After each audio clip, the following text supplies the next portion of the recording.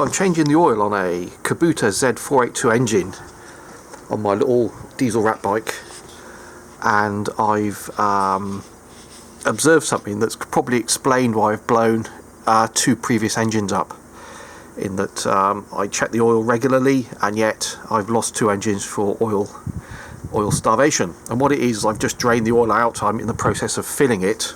Before I filled it, I pulled the dipstick out, and as you can see, it's showing oil.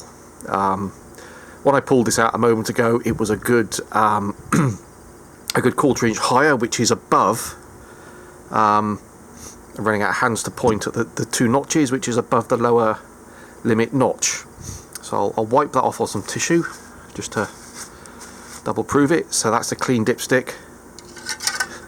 Dip it, pull it out, and it's showing that there's oil at the moment below the limit. But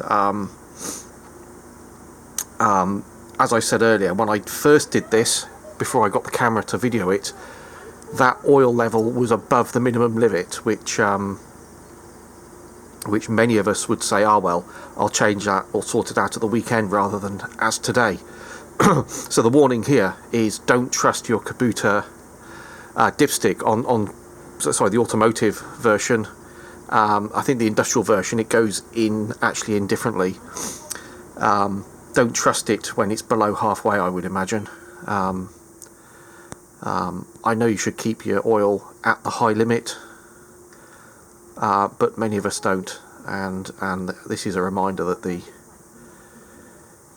gauge is faulty, or not faulty, but is inaccurate when it's at the lower end of the limit, I imagine, because this tube, the oil sighting tube, is separate from the engine, and it comes out, it's difficult to see at the moment, it comes out and then up a U, and I think it's that bottom vertical horizontal, the bottom flat tube there is collecting oil that doesn't drain out, giving this oh, I put it back in again, pulled it out, and it's showing oil as being above the minimum needed. And yeah, I've drained the oil, there's no sump plug in.